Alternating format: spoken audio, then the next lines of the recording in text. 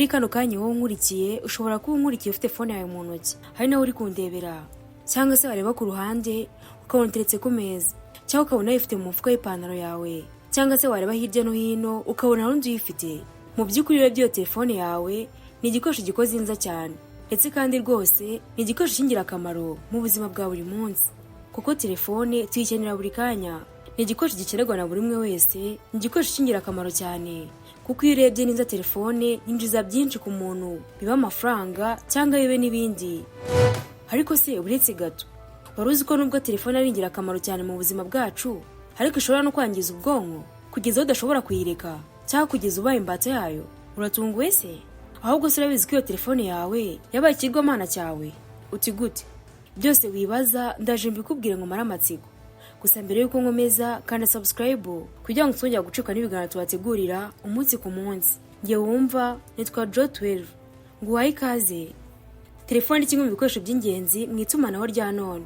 Ubu nta muntu ushobora kuba atayikoresha, haba mu kazi, mu miryango, mu masoko cyangwa mu buzima bwa buri munsi. Akamaro kayo ni kanini cyane kuko ituma abantu bashobora kuganira, kubona amakuru no gukora ibikorwa by'ubucuruzi ndetse n'ubumenyi mu buryo bwihuse.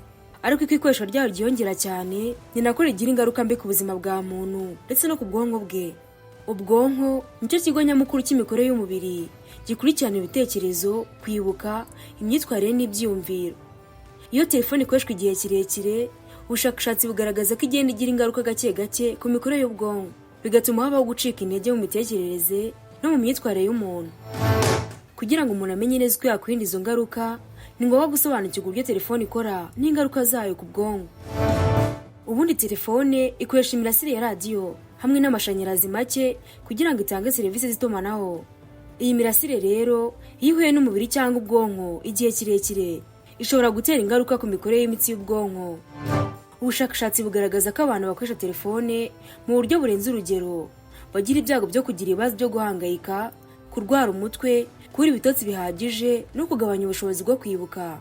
Telefone kandi ituma umuntu aba ahangayitse kuko buri kanya ahabwa ubutumwa butandukanye, amafoto cyangwa amakuru menshi yihuse, bigatuma ubwonko bukora cyane, bikarushaho gutera umunaniro no kugabanya ubushobozi bwo gutekereza neza. Ubwonko ni igice cy'umubiri gifite inshingano nyinshi, gishinzwe gutekereza, kwibuka, gucunga ibyiyumvo, gufata ibyemezo no kugenzura ibikorwa byose by'umubiri. Iyo ubwonko buhura n'imirasire ya telefone igihe kirekire, habaho guhinduka mu mikorere y'imitsi yacyo, bigatuma ubushobozi bwo kwibuka no gutekereza bujya hasi. Abashakashatsi bavuga ko abantu bakoresha telefone cyane igihe kinini baba bafite ibyago byo kugira ikibazo cyo kwibagirwa vuba, kugabanuka k'ubushobozi bwo kwiga ndetse no kugira ikibazo mu mikorere y'imitekerereze y'ubuzima bwa buri munsi. Ubwonko bukenera igihe cyo kuruhuka, kandi igihe umuntu akoresheje telefone amasaha menshi ntibugira umwanya uhagije wo kuruhuka no gusubira mu mikorere isanzwe. Kuri buri muntu ukoresha telefone cyane habaho ingaruka z'igihe gito ziboneka nk'uko ubushakashatsi bubigaragaza. Harimo kurwara umutwe, guhangayika, kurushya amaso, kubura umwanya wo gutekereza neza ndetse no kugabanuka kw'amarangamutima y'umuntu. Umuntu ukoresha telefone igihe kirekire cyane cyane mu masaha ya nimugoroba cyangwa mbere yo kuryama ahura n'ibibazo byo kubura ibitotsi bihagije. Ibi bigira ingaruka ku mikorere y'ubwonko kuko bukeneye ibitotsi bihagije kugira ngo busubirane imbaraga no gukora neza. Ubundi bushakashatsi bugaragaza ko gukoresha telefone igihe kirekire mu gihe gito bishobora gutera umunaniro w'igihe gito ariko wiyongera mu gihe kirekire. Gukoresha telefone igihe kirekire bigira ingaruka mbi ku bwonko mu buryo buhoraho. Abashakashatsi bemeza ko imiyoboro y'ubwonko ishobora kwangirika gake gake, bikaba byatera kwibagirwa vuba, kugabanuka k'ubushobozi no gutekereza no kubyutsa amarangamutima. Hari n'abashakashatsi bavuga ko bishobora gutera indwara zifata ubwonko nko gusaza hakiri kare. Ibi biterwa ahanini n'uko ubwonko buba bwarabayeho gukorera ibintu byinshi icyarimwe, harimo gukoresha telefone, kureba televiziyo no gukoresha mudasobwa icyarimwe, bigatuma buhura n'imihangayiko ikabije. Kandi nanone gukoresha telefone cyane bituma umuntu atabasha kuganira neza imbonankubone. Abantu baba bafite intege nke mu gusabana, bigatera kwiyumvamo wenyine no kutagira umwanya uhagije wo kuganira n'abandi mu buzima bwa buri munsi. Ibi bigira ingaruka ku mibanire y'abantu kuko itumanaho rya karemano rikomeye riba ryarasimbuwe no gukoresha telefone. Abantu benshi bakoresha telefone igihe kirekire mu kazi cyangwa mu myidagaduro, bagatangira kuba bonyine batitabira ibikorwa byo hanze, kandi bigatuma ubwonko bukora cyane ariko butabonega umwanya wo kuruhuka no gusubira mu mikorere isanzwe.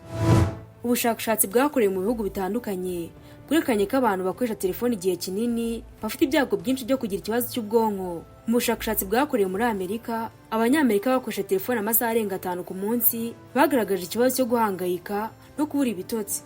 Naho mu Bushinwa ho ubushakashatsi bwagaragaje ko urubyiruko rukoresha telefone mbere yo kuryama rufite ibyago byinshi byo kwibagirwa. Ubushakashatsi ku bakoresha telefone mu kazi bwagaragaje ko bafite ikibazo cyo kwibagirwa vuba, kugabanuka kw'amarangamutima, guhangayika ndetse n'ibindi. Ibi byose bigaragaza ko gukoresha telefone igihe kirekire bigira ingaruka ku mikorere y'ubwonko kandi bigatera ibibazo mu mibereho ya buri munsi. Noneho abana n'urubyiruko bakoresha telefone igihe kirekire bahura n'ingaruka z'ubwonko zikomeye. Ubundi usanga abana benshi n'urubyiruko bo bakoresha telefone mu masaha menshi yo gusubiza ubutumwa, gukina imikino ya mudasobwa cyangwa kureba imbuga nkoranyambaga, bituma batagira umwanya uhagije wo gusoma no kwiyungura ubumenyi. Ubwonko bwabo bukiri bushya kandi guhabwa amakuru menshi icyarimwe bishobora kubangamira imitekerereze no kugabanya ubushobozi bwo kwiga no kwibuka. Ibi kandi bigira ingaruka ku myitwarire yabo kuko baba barabaswe na telefone aho kugira ngo bajye gusabana n'abandi. Si ku bana kandi kuko no ku bantu bakuru nabo niko bimeze. Abakuru nabo bakoresha telefone igihe kirekire mu kazi cyangwa mu buzima bwa buri munsi, nabo bahura n'ingaruka z'ubwonko, kubura ibitotsi, guhangayika, kugabanuka k'ubushobozi bwo gutekereza ndetse no kugira ikibazo mu mibanire n'abandi ni bimwe mu bibazo bahura nabyo. Ibi biterwa n'uko ubwonko bukora cyane mu gihe cyo kwakira amakuru menshi icyarimwe kandi nta gihe gihagije cyo kuruhuka. Abashakashatsi bagaragaje ko gukoresha telefone amasaha menshi ku munsi bishobora gutuma umuntu yumva ananiwe, akagira umunaniro ukabije ndetse bikagabanya ubushobozi bwo gufata ibyemezo. Ikindi kandi buriya gukoresha telefone mbere yo kuryama cyangwa kuyifata hafi y'amaso bishobora kubangamira ubwonko mu gihe cyo gusinzira. Imirasire iva kuri telefone hamwe n'amakuru menshi bituma ubwonko budashobora kuruhuka neza, bigatera kuri ibitotsi bihagije. Niyo handi uzasanga umuntu ari muri telefone yamara kwizina ashatse kuryama agashaka uburyo yasinzira ariko bikanga, ugasanga umutima uri kuri telefone. Nyamara birasi byiza, iyo ubwonko butasinziriye neza ubushobozi bwo kwibuka no gutekereza buragabanuka, amarangamutima agahinduka kandi umuntu akagira umunaniro mu kazi cyangwa se mu masomo ye. Ubundi gukoresha telefone mu rugero ni ingenzi cyane mu kurinda ubwonko bwawe. Bishobora gukorwa mu buryo butandukanye: gushyiraho igihe ntarengwa cyo gukoresha telefone, kuyizimya mu gihe cyo kuruhuka, no kugabanya gukoresha imbuga nkoranyambaga n'imikino ya mudasobwa igihe kirekire. Kubahiriza ibi ngibi bituma ubwonko bubona umwanya wo kuruhuka no gusubira mu mikorere isanzwe. Nanone kandi gukora siporo, gusoma ibitabo no gukora imyitozo y'ubwonko bituma ubushobozi bwo gutekereza n'ubushobozi bwo kwibuka bukomeza gukora neza. Ubundi bashakashatsi bemeza ko umuntu atagomba kumara amasaha menshi kuri telefone.